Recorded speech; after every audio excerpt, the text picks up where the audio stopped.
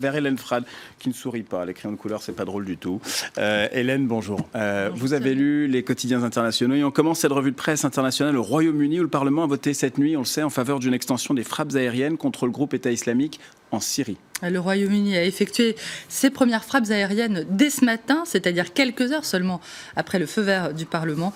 Le pays est donc déjà sur la route de Raqqa, le fief syrien du groupe État islamique, comme l'annonce The Independent, qui s'est prononcé contre cette intervention et a choisi, on le voit pour sa une, de montrer un manifestant se cachant sous les roues sous un camion pour échapper aux forces de l'ordre. C'était hier.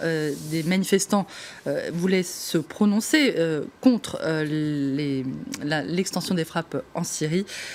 Ils n'ont donc pas eu gain de cause, constate The Guardian, qui estime que ça y est, la Grande-Bretagne a franchi le Rubicon, accompli un pas décisif. Le quotidien évoque le discours crucial, en ce sens, du député travailliste Hilary Benn, qui serait parvenu, par la force de ses arguments, à lever les dernières réticences de son camp. The Guardian rappelle toutefois que le vote des parlementaires britanniques a été soumis à plusieurs conditions, que les frappes ne touchent pas les civils syriens, ce qui est une restriction importante puisqu'on le sait, le groupe État islamique les utilise, ces civils, comme boucliers humains, que les efforts diplomatiques en faveur de la paix soient redoublés et que la Grande-Bretagne s'accueille à accueillir davantage de demandeurs d'asile puisqu'évidemment, plus de guerre, c'est aussi plus de réfugiés. Alors le débat, on sait, au sein de la Chambre des communes en Grande-Bretagne a divisé, notamment au sein du Parti travailliste. Les tenants d'une extension des frappes à la Syrie assurent que le Royaume-Uni prend un risque, mais un risque mesuré. Et un risque calculé, c'est l'argument avancé effectivement par The Times, qui explique que la décision de la Grande-Bretagne de s'impliquer davantage dans le conflit syrien n'a pas été prise à la légère.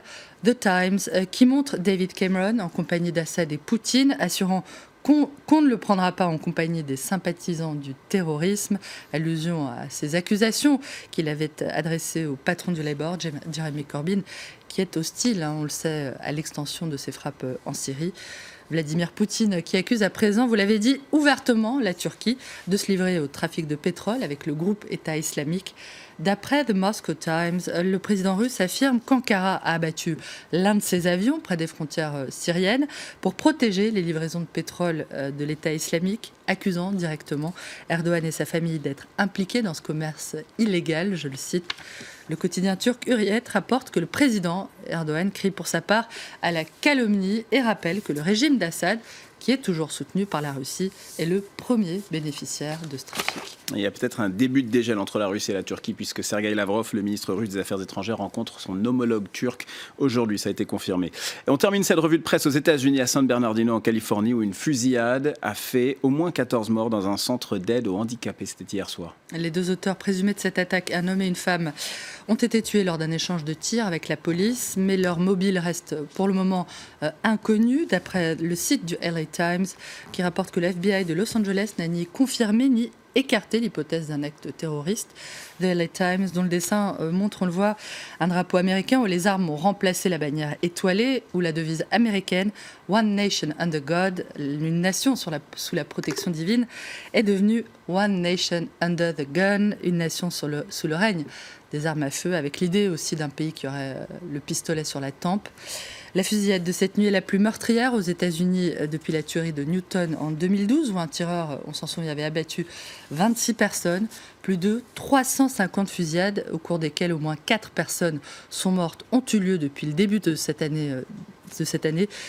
Cette énième tragédie vient donc une énième fois relancer le débat des armes à feu aux États-Unis. Mais le pays essaie-t-il seulement de s'attaquer à ce problème ? C'est la question du New York Times, qui rappelle qu'il meurt en moyenne un Américain toutes les 16 minutes par arme à feu. Et qu'au cours de ces 4 dernières années, il y a eu plus d'Américains tués aux États-Unis par arme à feu que d'Américains morts en Corée, au Vietnam, en Afghanistan et en Irak. Il est peu probable pourtant que cette nouvelle tuerie et que l'émotion suscitée permettent au président Barack Obama de mieux réguler les armes à feu. Il a échoué sur cette question depuis le début de son mandat. Merci beaucoup Hélène Frade.